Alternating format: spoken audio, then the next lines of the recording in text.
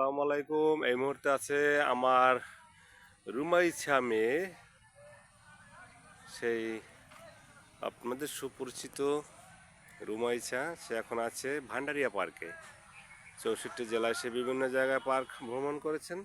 তো এখন সে তার বাড়ির কাছে এই পার্কটা তার খুব ভালো এবং এটাতে সে সবসময় যায়।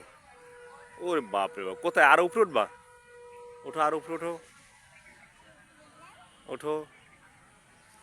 এই পাইট দিয়ে যাও। হ্যাঁ, বাস। হ্যাঁ, নৌকা এখন বন্ধ। এটা কি নাগরদোলা বলে না?